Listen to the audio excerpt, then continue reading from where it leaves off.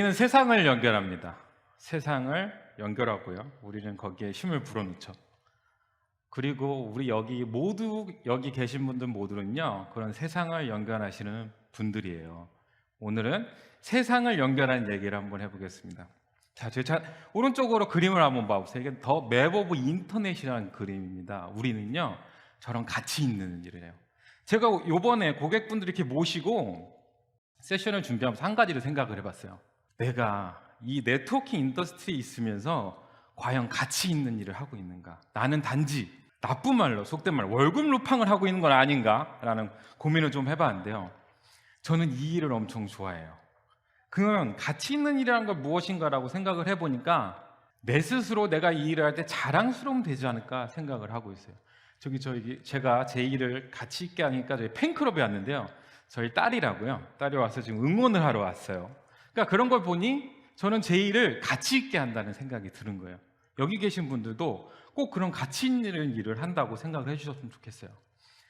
지금 이 더 맵 오브 인터넷이라는 걸 보면요, 어떻게 만들었냐면요, 전 세계의 BGP 테이블 덤프를 받습니다.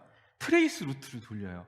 그리고 오레곤 대학교에서 만든 라우터 뷰라는 어플리케이션으로 그 연결성을 다 잡아서 뽑아낸 거예요. 흰색은 북미고 뭐 황금색은 한국입니다. 우린 이런 인터넷이라는 세상을 만들고 있어요. 인류가 만든 뭐죠? 최고의 엔지니어링 산물이라고 하고 있고, 97년서부터 2021년까지 우리가 인터넷을 어떻게 만들었는지, 우리가 어떤 가치 있는 일을 했는지 한번 나누고 싶었어요. OTORG라는 곳에서 이렇게 97년서부터 21년 동안에 저희 인터넷의 분화 과정, 생성 과정을 만들고 있는 거예요. 구글의 포머 CEO는 이렇게 말했어요. 인터넷은 굉장히 뜻깊고요. OT의 CEO는 이렇게 말합니다. 우리가 만드는 이 인터넷 세상은요, 제가 열심히 데이터 센터도 구축하고 파이버 케이블도 대절 깔면서 이런 인터넷 세상이 만들어지고 있는 거예요. 스티브 잡스는 이 인터넷 세상을 통해 웹이라는 어플리케이션으로 우리의 삶의 가치를 주고 있구나. 지금 보시면 우리나라의 SKB라든지 KT 같은 통신사들도 이 안에서 좀 나오고 있어요. 인터넷은 지구 역사상 어떤 거요? 가장 최고의 엔지니어링의 산물이고, 우리는 그 여기에서 세상을 연결하고 있습니다. OTORG에서요, 여기 계신 분들은 이제 서비스 프로바이더 분들이니까 부탁할 게 하나 있습니다.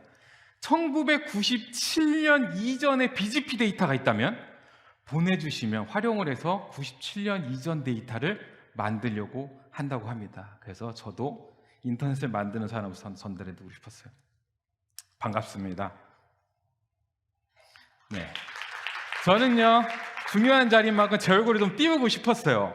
네, 저는요, 주니퍼에서 세상을 연결하는 멤버 중에 한 명인 김승환입니다. 제가 주니퍼 오기 전에는요, 서비스 프로바이더 엔지니어였습니다. 주니퍼를 들어와서 엔터프라이즈를 약 8년 동안 하고, 지금 다시 서비스 프로바이더 팀에 속해서 OTT 고객과 삼성 및 다른 5G 고객사들을 제가 도움을 드리고 있습니다. 자, 오늘의 제 1막, 인터코넥트 네트워크, 인터넷을 만드는 힘이죠. 모든 것은 연결이 돼야 인터넷에 힘을 불어줄 수 있어요. 저희가 가장 요즘에 많이 보는 거예요. 더 에이지 오브 AI, 그죠? AI 시대에서 저희가 보는 뉴럴 네트워크이죠. 뇌에 있는 신경다발들을 연결해가지고 어떻게 만들었어요? 딥러닝하는 네트워크예요, 그죠? 모든 지금의 시중에 있는 IT 기술들이요, 이렇게 인간에서 오거나 또는 이렇게 자연에서 오는 기술들이 많습니다. 토리, 버터플라이, 패트리, 젤리피쉬, 스파인리프 많이 들어보셨죠? 드래곤플라이. 오늘은요, 지난 150년간의 인터넷 네트워킹 역사를요, 자연에서 한번 배워보고자 합니다. 자, 먼저 저희는 되게 바쁜 세상을 살고 있어요. 이렇게 바쁜 세상에서 저의 세션에 들어와 주셔서 너무 고맙다는 말씀을 드리고요. 저희는 디지털 인프라 위에 디지털 기기를 통해서 디지털 어플리케이션을 통해 우리 세상을 살고 있는데요. 이런 디지털 기계는요, 그 안에 컴포넌트가 딱 3개입니다. 간단해요. CPU, 메모리, 통신하는 소자. 얘네들이 내부에서 어떻게 연결되어 있습니까?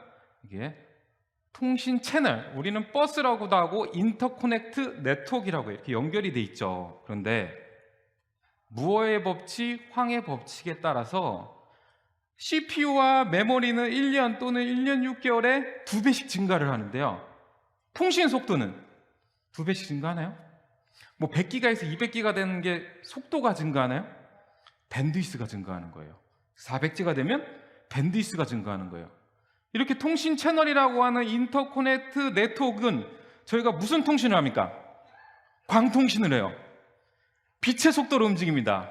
빛은요, 불변이에요. 그렇죠? 300K km/s. 자, 여기서 제가 퀴즈를 하나 내겠습니다. 빛의 속도는 300K km였어요. 그러면 광캡을 통해 다니는 빛의 속도는 얼마일까요? 300K는 아니겠죠? 매질이 석영이에요. 조금 더 느려져요.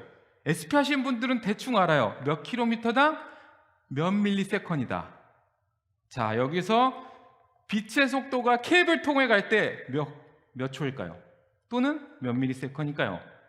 아시는 분? 네, 20만 200K 킬로미터 퍼 세컨. 그렇죠, 정답입니다. 즉, 반갑습니다. 오랜만에 뵙습니다. 네, 자, 100km를 케이블을 저희가 쭉 퍼뜨렸을 때 우리가 핑을 친다고 하죠. 갔다 오는 라운드 타임이 1ms입니다. 그걸 알아두시면 우리 빛의 속도. 그래서 인터커넥트 네트워크의 가장 중요한 게 뭔지 아세요? 속도는 변하지 않아요. 그래서 코스트를 아끼려고 합니다. 스루풋을 늘리려고요. 100기가, 400기가, 800기가. 그죠? 그리고 또 뭘 아끼려고요? 홉스를 아끼려고 하는 겁니다. 왜요? 레이턴시가 증가하니까요. 이런 인터커넥트 네트워크는요, 왜 발전을 했냐? 슈퍼컴퓨터라든지 멀티 프로세서가 가진 컴퓨터 때문에 그래요. 내부에 CPU 메모리가 있죠. 근데 이제는 그런 CPU 메모리 I/O를 가지고 있는 여러 통신 노드를 이렇게 통신을 해야 되는 거예요. 그러다 보니까 예전에 유선 네트워크는 그냥 선을 이렇게 연결했어요. 너무 힘든 거죠. 여러 선을 연결할 수가 없어. 다들 아시잖아요. 그래서 특정 인터커넥트 네트워크를 만들자라는 게 학술적인 내용으로 댄소리라고 합니다. 댄소리 뭐예요? 중세시대 때 숙녀분도 서 계시고 신사분도 서 계시면 쉘리 댄스? 이걸 하는 게 댄소리라고 합니다. 즉, 그 안에서 짝을 맞춰준다라는 거예요. 근데 이게 저희가 통신 장비가 많아지면서 가장 큰 문제가 되는 게 하나 있어요. 뭘까요? 연결 개수입니다. 풀메시를 하면 어떻게 되죠? 6개의 노드가 풀메시라면 30개의 케이블이 필요해요. 너무 불합리한 거예요. 그래서 이거를 패킷 스위치드 네트워크로 가운데를 인터커넥트 네트워크로 바꾸는 노력을 해요. 그게 첫 번째 노력이 버스. 버스는 한 명밖에 통신을 못해요. 그렇기 때문에 좀 불합리한 거예요. 그래서 포인트 투 포인트 네트워크를 바꿨어요. 이건 뭐예요? 쌍으로 연결하는 거예요. 이것도 불합리해. 안 되겠다. 얘네들이 서로 잘 엮을 수 있는 네트워크를 만들어야겠다 해서 인터넷 네트워킹이라는 기술이 나오고요. 제가 오늘 드리는 말씀은 Principle and Practice of Interconnect라는 대학 교재고요. 스탠포드 공대에 재직 중이셨던 제임스 델리 교수가 만든 책이고, 그분이 엔비디아 지포스 880 설계하신 분이고요. 지금 엔비디아에서 AI 팀을 이끌고 계십니다. 그리고 인터커넥트 네트워크를 세상에서 가장 크게 갖고 있다는 플라넷, 플랫폼 네트워킹 약자고요. 구글의 네트워크 팀이에요. 거기서 나온 구글의 논문 주피터 이볼빙, 주피터 라이징에 대해서 공부한 내용을 토대로 말씀해 드린 겁니다. 자, 인터커넥트 네트워크 세상에서 가장 큰 특이한 변곡점이 하나 생겨요. 그게 뭐냐요? 이더넷이 세상에 만들어집니다. 그때 이더넷이 이렇게 생겼어요. 저희는 다 IJ45로 알죠. 이렇게 네모내가지고 딱 꼽는. 그때 이더넷은 시크넷이라고 해서요, 드릴로 뚫었어요. 그래서 뚫었다고 해서 그거 연결하는 소자를 뱀파이어라고 하죠. 뱀파이어 탭이라고 해요. 그래서 역사를 한번 봤는데 얘가 왜 그랬냐? 이더넷이 오면서 통신 케이블이라든지 이런 그 코스트가 너무 낮아지니까 이더넷은 인터커넥트 네트워크의 가장 큰 변곡점이라고 해요. 마침 올해 이더넷 탄생 50주년입니다. 반 메트칼프라는 과학자가 스케치를 했어요. 그래서 그 후에 이더넷은 이 세상의 모든 통신의 기초이자 최고의 기술이 됐죠. 근데 이더넷이 나오는데 또 하나의 문제점이 생깁니다. 항상 기술은 나와서 좋은데 문제점을 항상 만들어요. 그래서 그거를 우리는 극복하려고 하고 우리 같은 사람들이 그걸 극복을 해나가고 있는 거예요. 너무 노드들이 많아지는 거예요. 컴퓨터 노드들이. 그래서 체교에 대한 노력을 합니다. 어떻게 해요? 좀 아키텍처를 좀 꾸며서 단순하게 한번 가보는 거 어떨까? 그래서 우리는 어떤 기술이 나옵니까? 억세스 어그리게이션 코어라는 기술이 세상에 나와서 사람들을 통신을 묶어서 전달을 해주는 거예요. 근데 이 통신은요 어디에 좋냐면 서버 클라이언트 통신에 좋아요. 1990년도 이전 저희가 하나의 서버에 하나의 파일을 담길 때, 그런데 서비스가 변해요. 어떻게 변합니까? 여러 가지 서버에서 여러 가지 서비스를 받아야 되니까 억세스 레이어에 있는 서버들에 대한 연결성이 많아지고 그 서버들 간에 뭐요?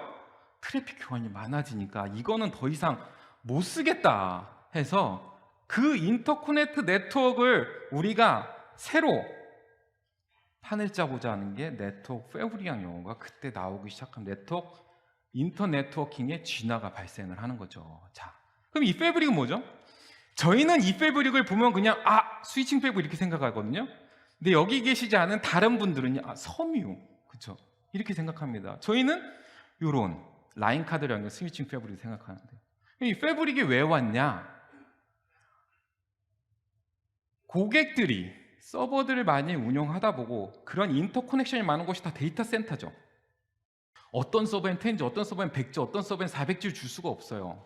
공평한 네트워크를 만들고 싶은 거예요. 그런 걸 뭐라고요? 플랫한 네트워크라는 거예요. 여러 가지의 네트워크 장비들이 하나의 네트워크 이코시스템으로 돌게 할 수 있는 기술을 만들고 싶었던 거예요. 이게 네트워크를 추상화하는 거예요. 네트워크 S1 빅 샤시 시스템을 만들면 되겠죠. 근데 이걸 어떻게 만들까 이제 고민을 하다 보는 거죠. 특히 누가 고민을 해요? 구글에서 고민을 엄청 합니다.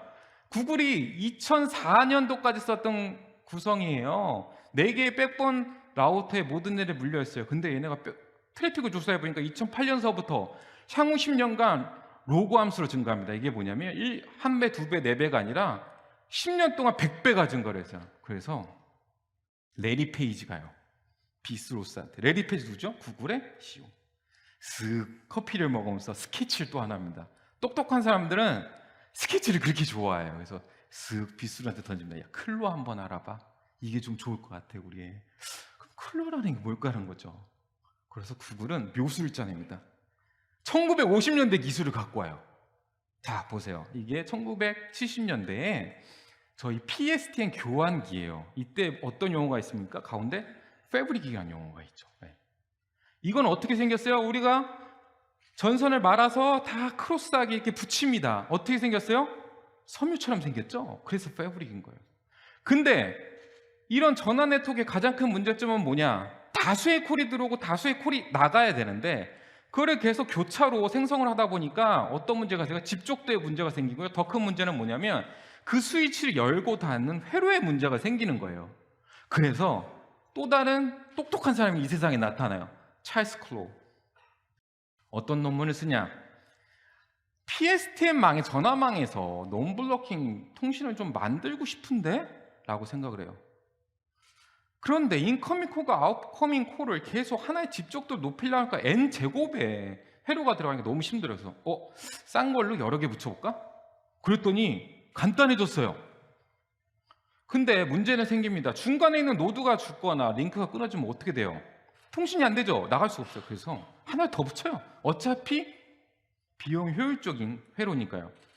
그럼으로써 논블락킹이라는 문제가 해결되는데 어떻게 해야 됩니까? 중간에 교환원이 생기는 거서 들어온 패킷과 나가는 패킷을 누군가 가운데서 중재를 해주는 거예요. 이런 거를 멀티 스테이지라고 합니다. 들어오는 것, 중재하는 곳, 나가는 곳. 이게 뭐예요? 댄스.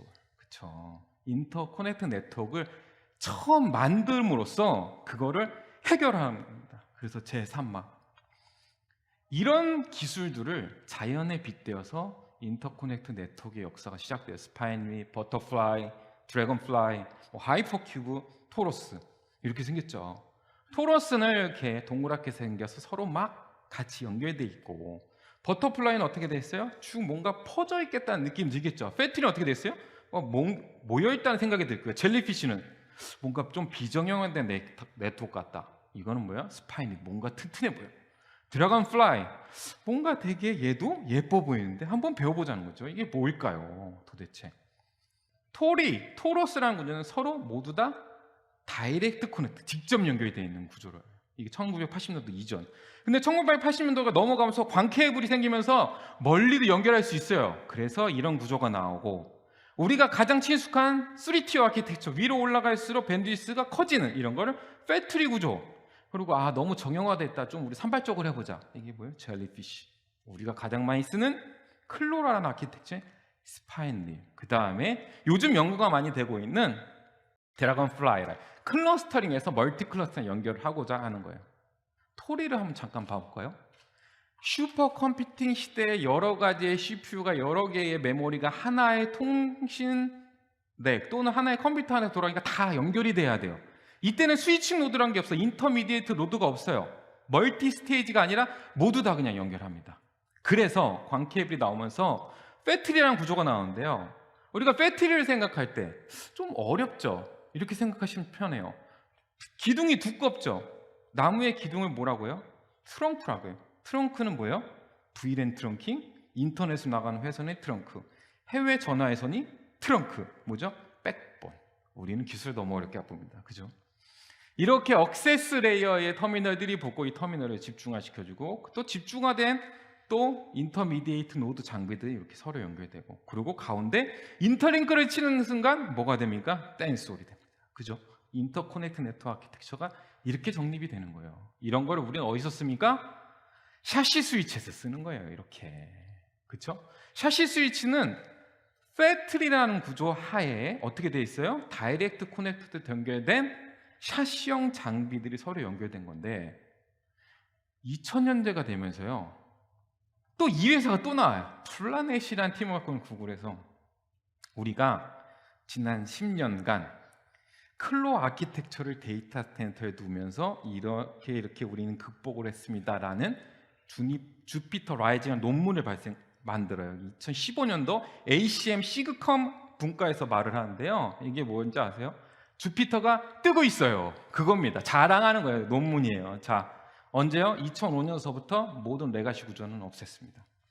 그리고 2005년에 모든 구조는 어떻게 돼 있어요? 다 클로 아키텍처의 스파인 리브로 통일을 했어요. 그때 구글의 그랜드 챌린지, 가장 큰 문제는 뭔지 아세요? 앱이 변화가 됐어요. 제가 말씀드렸듯이. 그리고 샤시형 하나가 죽으면 너무 네트워크에 파격이 커요. 그런 걸 블라스트 레디로 써요. 폭탄이 뚝 떨어지면 파이는 반경. 이게 너무 크니까 샤시형이 못 쓰겠다. 즉 스케일 아웃을 못 하겠다. 그래서 우리는 2006년서부터 계속 클로 아키텍처, 왼쪽 밑에 보시면 클로 아키텍처, 스파인 리빈 아키텍처 보이죠? 아키텍처를 이렇게 변동해서 우리의 모든 네트워크는요, 다 지금 어떻게 돼 있다? 클로 아키텍처로 돼 있다. 그런데 아플사 작년에 또 다른 기술을 구글에서 발표해요. 어떤 기술을? 클로 아키텍처를 유지하면서 뭐라고 돼 있어요? 주피터 이볼빙. 우리 주피터가 발전하고 있어요. 주피터가 뭐냐면요, 구글의 데이터 센터 이름을 주피터 세대라고 합니다. 아이폰 1, 2, 3, 4, 5, 6이 있듯이 똑같아요. 인터미디에이트 노드를 어떻게 해요? OCS, 옵티컬로 이용하자는 거예요. 어떻게 해요? 굳이 인터미디에이트 노드, 즉 백본이라고 하는 또 스판이라는 노드에서 패킷 프로세싱을 할 필요가 있을까요? 우리 그냥 거울로 반사할게요. 반사. 그러면서 전력의 40%를 줄였다는 겁니다. 네. 그렇지만 클로 아키텍처는 유지합니다. 왜요? 자기네가 10년 동안 경험을 해보고 모든 네트워크가 다 클로 스파인 립이었다는 거죠. 장점이 너무 확실한 거예요. 그 클로 아키텍처를 우리는 스파인 립 아키텍처라고 해요. 왜 스파인이라고 할까요? 스파인이 뭐죠? 척수. 영어로 뭐예요? 백본. 그렇죠? 배터리가 됐던 스파인입니다. 백본을 통한 인터미디에이트 노드가 있는 댄스홀이 있다는 겁니다. 그래서 이렇게 리프 스위치 밑에 터미널이 붙어서, 터미널이 붙은 리프 스위치는 스파인과 연결되는데요. 중요한 거는 스파인하고 연결성은 없어야 돼요. 왜요? 인터링크가 펴지는 순간 우리는 아주 페어한 네트워크, 플랫한 네트워크가 깨집니다. 리프를 위로 올리면 펴지잖아요. 평지로. 그렇죠? 그래서 여기가 또 댄스홀이 되는 거예요. 그렇죠? 그러면 이런 스파앤립 환경이 원리를 한번 알아보겠습니다. 왜 그거를 구글에서 선택했는지. 지금의 모든 메타, AWS, MS, 캠퍼스까지도 다 스파앤립이에요. 기본적으로 오른쪽에 그려보시면 뭐죠? 클로 아키텍처예요. 그렇죠? 댄소리 중간에 이거를 반으로 접습니다. 왜요? 우리 네트워크 하는 사람들은요, 디자인을 좀 간순하게 볼 수 있는 걸 좋아해요. 그래서 이런 구조를 스파앤립이라고도 하지만 접혔다 해서 folded close라고 합니다. folded close. 그래서 스파앤립 밑에 인커밍, 미들, 인그레스 콜을 만들 수 있고, 이런 아키텍처 나온 이유보다 애플리케이션이 변한 거예요. 뭐예요? 사용자 요구사항이 변화가 이런 클로 아키텍처 또는 스파앤립 아키텍처를 이 세상에 내보낸 거고, 그럼 이걸 왜 쓰냐는 거죠. 뭔가 또 문제점이 있는데 그 문제점 해결하기 위해서 이 기술이 나온 거라는 거죠. 그렇죠? 스파앤립은 첫 번째, 모든 애들이 평등합니다. 그리고 모든 애들은 다 ECMP를 가요. 리오더링이 될 일이 크게 없어요. 그리고 스케일 아웃이 쉬워요.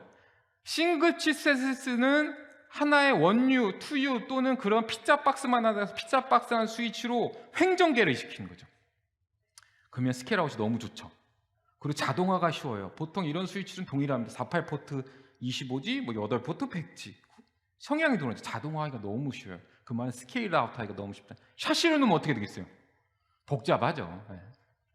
한 놈이 장애가 났어요. 빼타 끼기 너무 쉽습니다. 업링크가 16개면 16대 1에 우리는 폭격 반경밖에 안 돼요. 장애 반경이. 그래서 스파인립의 가장 중요한 조건은 패스 다이버시티입니다. 내가 가는 길이 많으면 하나가 죽든 장비가 두 개가 죽든 크게 우리 네트워크에 영향을 주지 않아요. 게다가 RFC 7938이라든지 RFC 7431을 보면 이런 네트워크는 다 BGP를 이용하니까 벤더 락인도 없어요. 그렇죠? 가장 고객들이 좋아하는 건 이겁니다. 머신 투 머신으로 가는 이스트 웨스트 통신이 많아지는데, 그러면 네트워크가 커지고 데이터 센터에 인터커넥트 노드가 많아지는데 걔네들에 대한 블라스트 레디우스 죽일 수 있는 거는 이 클로 네트워크, 스파인립 네트워크가 가장 좋다는 거죠.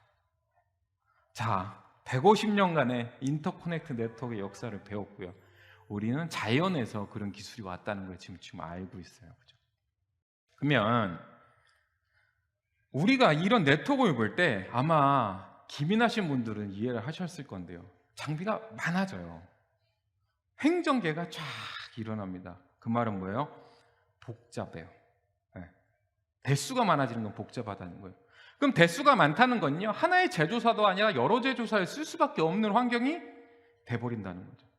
누군가 이걸 해결해야겠다.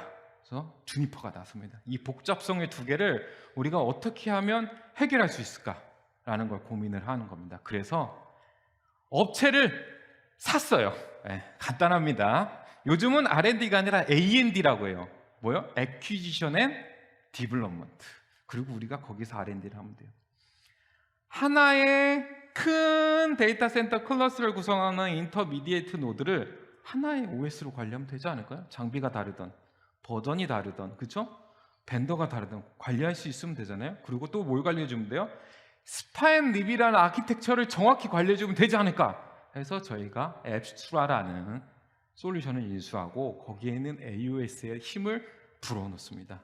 그래서 모든 스파앤립 아키텍처, 3스테이지 같은 5스테이지 같은 스파앤립 연결되는 DCI 환경이 됐던 얘네들을 하나의 구이로 우리가 운영을 할 수 있게 자동화를 해요. 왜? 장비가 많아지니까. 누가 장애나고 뭘 처리할지 어떻게 합니까? 굉장히 복잡성을 줄여주는 첫 번째. 그럼 두 번째는 뭘까요? 멀티벤더. 여기 계신 분들이 가장 싫어하는 게 멀티벤더예요. 나 이제 주니퍼에 이제 다 친숙해졌는데 또 다른 거를 써야 됩니까? 이걸 해결할 수 있는 벤더는요, 없었어요. 멀티벤더를 주는 벤더가 없죠. 주니퍼는 어떻게 하면 돼요? 스크롤링을 합니다. 주니퍼, 시스코, 아리스타, 델, 소닉에 대해서 스크롤링을 해서 선택을 한 다음에 어떻게 해요? 드래그 앤 드랍을 해서 빠뜨려주면 어떻게 됩니까? 클릭 앤 고가 되는 겁니다. 이게 저희 주니퍼가 고객의 복잡성을 해결하는 방법인 거예요. 자, 오늘의 댄스홀의 여정을 마무리하면서 이런 댄스홀 아키텍처가 지금의 현존하는 최고의 아키텍처라 생각하는 것은 스파인립이에요. 물론 드래곤플라이나 다른 것도 있어요. 그는 내년에 투비 컨티뉴를 하는 거라고 하고요. 확장성이 쉬워야 돼요. 운영도 쉬워야 되고요. 장애 처리가 쉬워야 돼요. 사람이 이해할 수 있게 쉬워야 돼요. 그렇죠? 그리고 자동화가 쉬워야 되는 이 5가지를 가진 주니퍼의 솔루션이 앱스트라라는 솔루션이 되는 거예요. 그래서 저는 이렇게 하고 싶은 거예요. Thank you, 앱스트라. 그리고 그 복잡성을 주니퍼가 해결합니다. 자, 긴 시간 들어줘서 감사합니다. 박수가 안 나올까봐 제가 넣었어요. 네, 저는 주니퍼 네트워크에서 세상을 연결하는 김승환이었습니다. 감사합니다.